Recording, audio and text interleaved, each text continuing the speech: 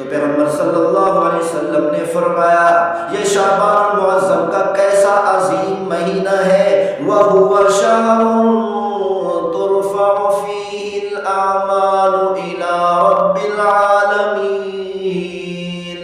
یہ شعبان المعظم کا مہینہ ایسا بابرکت مہینہ ہے کہ اس ماہ مبارک کے اندر تمام کے تمام انسانوں کے اعمال رب العالمین کے سامنے پیش کیے جاتے ہیں۔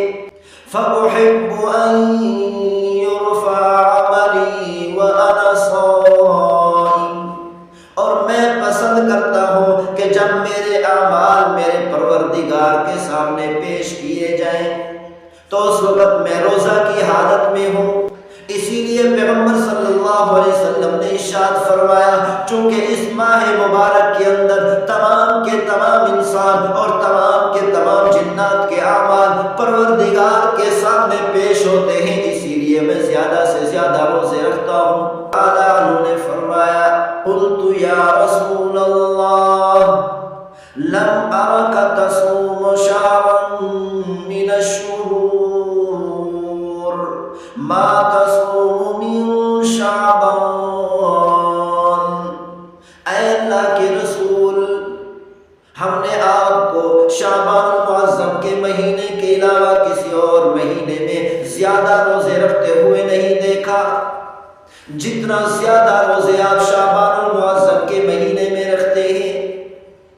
رمضان المبارک کے علاوہ کسی اور مہینے میں پیغمبر صلی اللہ علیہ وسلم زیادہ روزے نہیں رکھا کرتے تھے، رمضان مبارک کے علاوہ صرف شعبان المعظم کے مہینے میں پیغمبر صلی اللہ علیہ وسلم زیادہ سے زیادہ روزے رکھتے تھے۔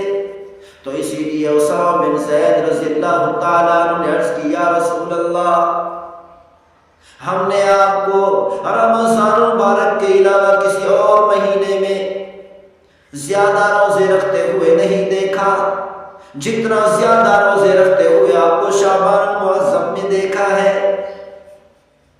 تو پیغمبر صلی اللہ علیہ وسلم نے ارشاد فرمایا ذَلِكَ شَهْرٌ يَغْفُلُ النَّاسُ عَنْهُ، یہ شعبان المعظم کا مہینہ ایک ایسا مہینہ ہے جس سے لوگ غافل ہو چکے۔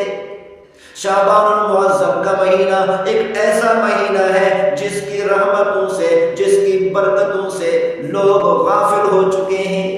پیغمبر صلی اللہ علیہ وسلم نے بتایا کہ دنیا کے لوگ شعبان المعظم کی رحمتوں کو، شعبان المعظم کی برکات کو، شعبان المعظم کی فضیلت کو، شعبان المعظم کی شان کو، شعبان المعظم کی عظمت کو نہیں جانتے۔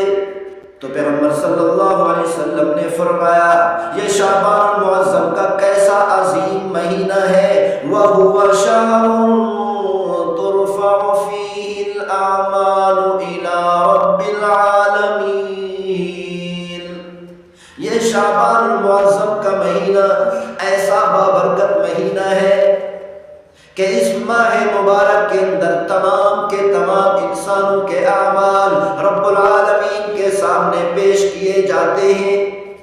فَأُحِبُّ أَن يُرْفَعَ عَمَلِي وَأَنَا صَائِمٌ، اور میں پسند کرتا ہوں کہ جب میرے اعمال میرے پروردگار کے سامنے پیش کیے جائیں تو اس وقت میں روزہ کی حالت میں ہوں۔ اسی لیے پیغمبر صلی اللہ علیہ وسلم نے ارشاد فرمایا چونکہ اس ماہ مبارک کے اندر تمام کے تمام انسان اور تمام کے تمام جنات کے اعمال پروردگار کے سامنے پیش ہوتے ہیں، اسی لیے میں زیادہ سے زیادہ روزے رکھتا ہوں تاکہ روزہ کی حالت میں میرے اعمال پروردگار کے سامنے پیش کیے جائیں۔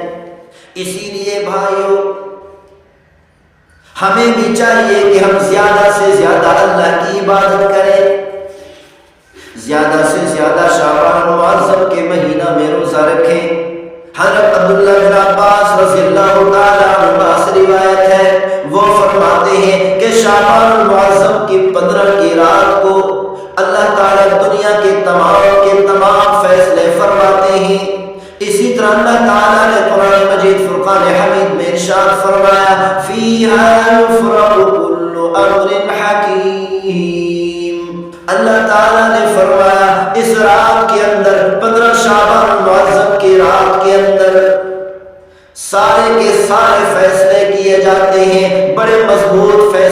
جاتے ہیں، بڑے محکم فیصلے کیے جاتے ہیں۔